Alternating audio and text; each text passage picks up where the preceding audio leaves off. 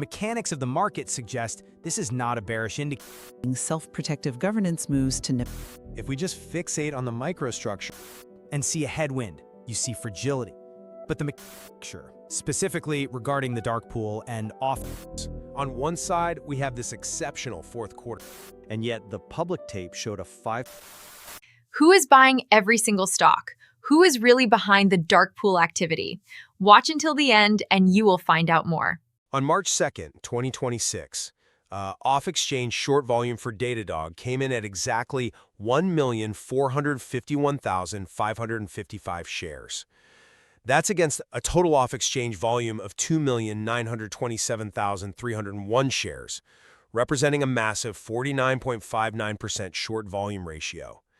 And this data arrives right on the heels of an incredibly volatile February. I mean, just over the trailing year, we tracked 24 distinct price moves of greater than 5%. including that sudden 5.56% jump on February 26th. Right, exactly. A jump driven by over 3 million off-exchange shares. So we are looking at an organization standing at a profound, highly complex intersection early in this 2026 fiscal year. The data definitely paints a picture of stark duality here. It really does. On one side, we have this exceptional fourth quarter 2025 financial execution and a definitive technological transition toward autonomous, AI-driven observability. But on the flip side, we're looking at decelerating 2026 revenue guidance, some distinctly defensive corporate governance maneuvers, and extreme macroeconomic volatility impacting the broader software sector. I will argue that Datadog's underlying fundamentals, its accelerated product evolution into active remediation, and the massive, stealth institutional accumulation we are seeing all validate its premium valuation and secure its long-term dominance. And I will argue that the narrowing breadth of institutional ownership, the starkly decelerating growth projections for the core business, and those defensive governance moves actually expose severe concentration risks. There are underlying vulnerabilities here that the current valuation simply does not price in. Well, let's ground this in reality for a second and look at the Q4 2025 results. By any objective measure, they knocked it out of the park. Revenue hit just over $953 million. That is a 29.2% year-over-year acceleration, which is the fastest growth rate we've seen from them since the first quarter of 2024. And they aren't just burning cash to get there. They are achieving this scale while generating a remarkable 31% free cash flow margin for the year. Add to that the successful transition toward the Bits AI SRE agent. Right, the autonomous remediation pivot. Exactly. And the smart money recognizes this platform as the foundational operating system for the cloud and AI era. We see massive institutional accumulation by the big three, Vanguard, BlackRock, and a brand new 5.10% stake by FMR LLC totaling 16.3 million shares. The institutional conviction is clearly there. I don't think anyone can reasonably deny the strength of that fourth quarter. The execution over the trailing 12 months was incredibly robust. But the equity market is a forward-looking mechanism. We can't just anchor to Q4 when we need to pivot to the reality of their 2026 full-year guidance. Which management notoriously guides low on? Perhaps. But management is projecting a steep deceleration down to the 18 to 20% range for revenue growth. When you are trading at a forward price to earnings ratio of 55.59, you have absolutely zero margin for error. And we literally just saw how fragile that premium is. In an 8-day slide between February 11th and 23rd, roughly $9.4 billion of market capitalization was entirely wiped out. Volatility in the software sector isn't exclusive to Datadog, especially with the macro environment we're navigating right now. True. But when you look beneath the surface of the institutional accumulation you just mentioned, the foundation is actually cracking. The total number of institutional owners actually dropped by 26% in the most recent quarter. Active high-conviction growth managers, firms like Baillie Gifford, just dumped over 7.4 million shares. That is a divestment of over $1 billion. Couple that narrowing ownership with the board executing defensive governance moves, specifically re-domiciling to Nevada while insiders sell heavily, and the picture becomes deeply concerning. Let's take those points one by one, starting with that market microstructure, specifically regarding the dark pool and off-exchange activity. You look at that nearly 50% off-exchange short volume ratio and see a headwind. You see fragility. But the mechanics of the market suggest this is not a bearish indicator at all. How so? Half the volume being shorted off-exchange usually signals a heavy institutional bet against the asset. In a vacuum? Maybe. But in this context, it is evidence of market makers providing necessary liquidity for massive institutional buy-side block orders to prevent price slippage. Think about the logistics of moving that much capital. When an entity like BlackRock or Vanguard needs to acquire millions of shares, they cannot simply route that through public lit exchanges without causing a massive buy-side imbalance that sends the price to the moon before their order fills. So you're arguing the short volume is purely accommodative? Precisely. Let's look closely at the data from February 26th. We saw an off-exchange short volume ratio of 54.82%. Over 1.5 million shorted off-exchange. And yet the public tape showed a 5.5% price increase that same day. That is the very definition of stealth accumulation. Market makers are shorting to provide liquidity for whales who are quietly absorbing supply. The smart money is not fleeing, they are accumulating. Yes, dark pools facilitate block trades, but we really need to contextualize the nature of this specific accumulation. You're calling it smart money and relying on Vanguard and BlackRock to support the valuation thesis. But this accumulation is dangerously top-heavy, and it's largely passive. Passive capital still provides a price floor. A rigid one, yes. Remember the passive index inclusion? Being added to the S&P 500 triggers an algorithmic passive mandate to buy. Vanguard and BlackRock are structurally forced to increase their allocations to match the index. That is not the same thing as active conviction in the company's fundamentals. It is just index replication.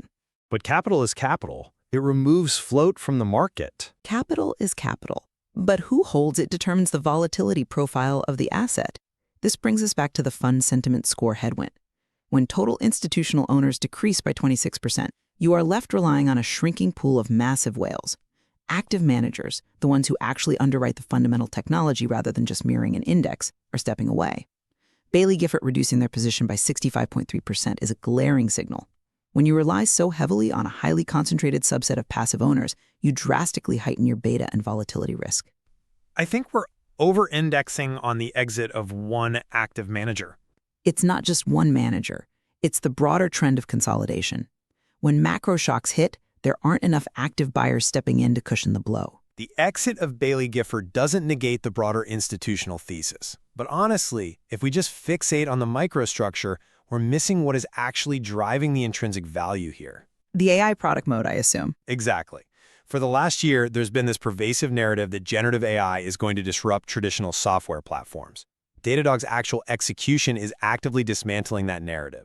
The shift to agentic AI is real, and Datadog is at the center of it. They are certainly marketing themselves as the center of it. It is much more than marketing. The fundamental shift here is the release of the Bits AI SRE agent.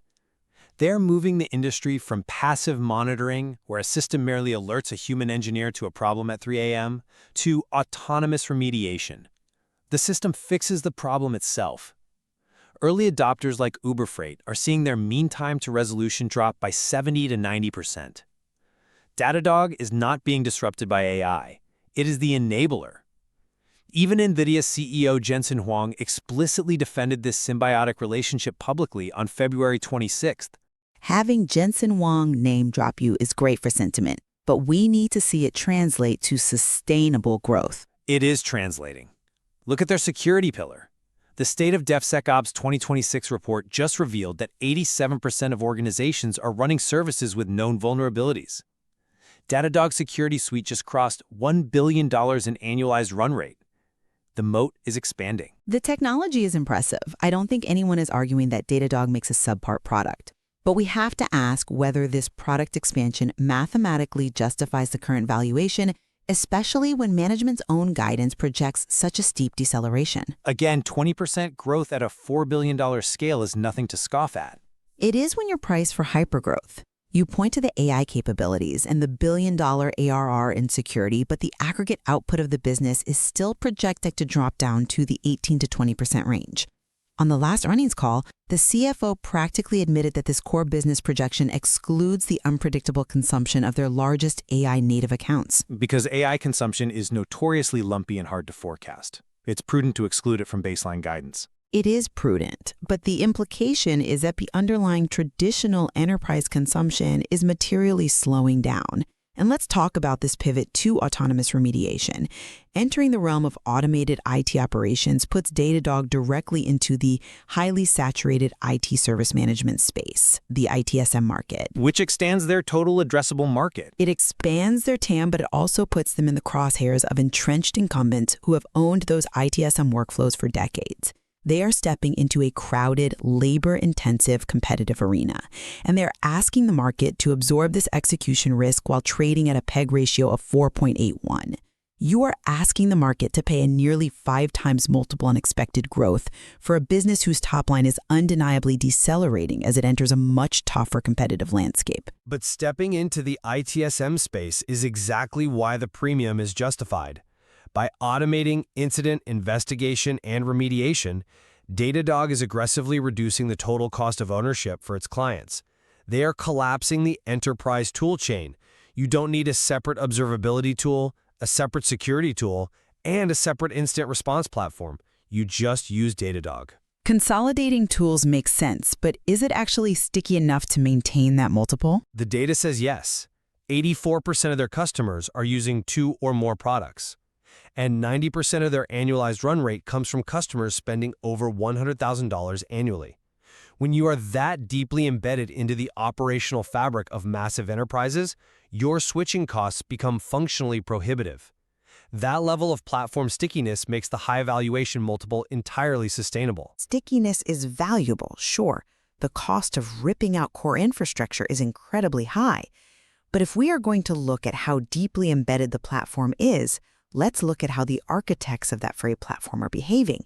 If the transition to agentic AI and the expansion into ITSM is progressing so flawlessly, we need to critically examine the corporate governance moves and the insider activity we saw this past February. You're talking about the Nevada redomiciliation. Exactly. On February 27th, Datadog filed a proxy statement to redomicile the corporation, moving their legal home from Delaware to Nevada.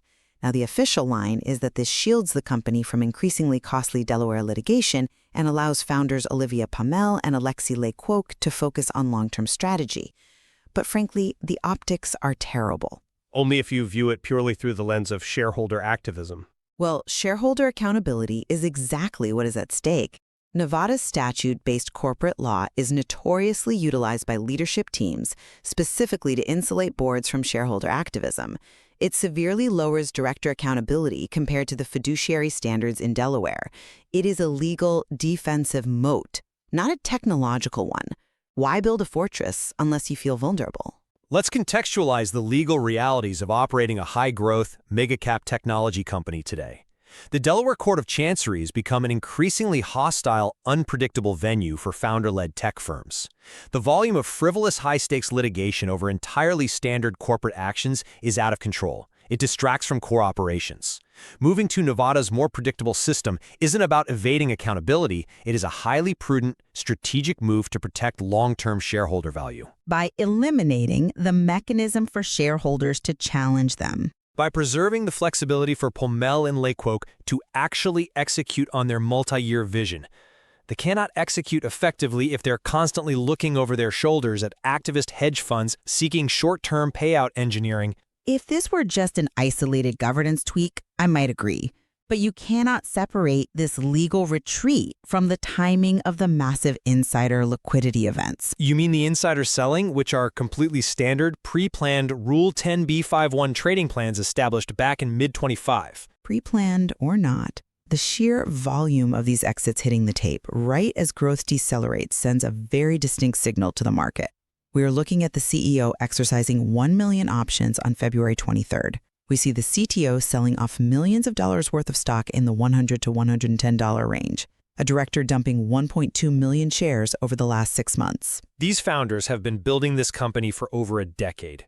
Exercising options and prudent portfolio diversification is standard operating procedure. It is not a distress signal. In isolation, no.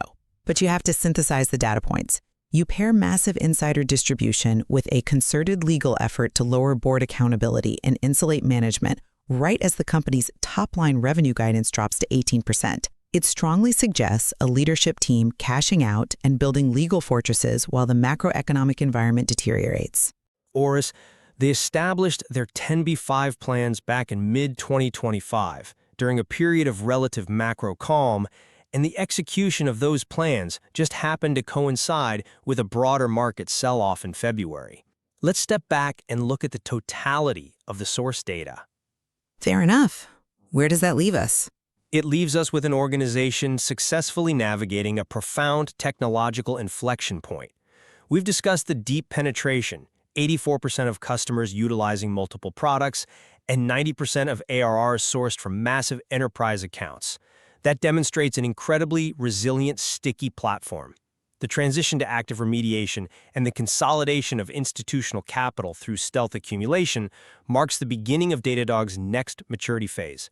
They are moving confidently toward that $5.2 billion revenue target by 2028. Technology and the initial financial achievements from Q4 are undeniably impressive. But the equity is currently priced for absolute perfection, while flashing multiple severe warning signs. The decelerating top-line growth simply does not support a forward PE of 55.59, because the extreme reliance on dark pool liquidity and passive index-heavy ownership concentration creates a fragile market microstructure. When you synthesize this fragile ownership structure with a leadership team executing self-protective governance moves to Nevada while simultaneously exiting significant equity positions, it suggests the easiest gains have already been made. It is clear that understanding the true state of this organization requires looking far past the headline earnings beats. You really have to delve deeply into the complex microstructure of institutional behavior, the underlying technological shifts in AI, and the legal nuances of corporate governance frameworks. Indeed, there are a lot of moving parts here. Listeners should closely review the upcoming Nevada proxy vote scheduled for April 21st, as well as how the Q1 2026 earnings execution plays out. That will really be the litmus test to see which of these underlying structural theses ultimately plays out in the market. If you like this content and want to watch more videos like this, then don't forget to subscribe. Thanks for watching. See ya!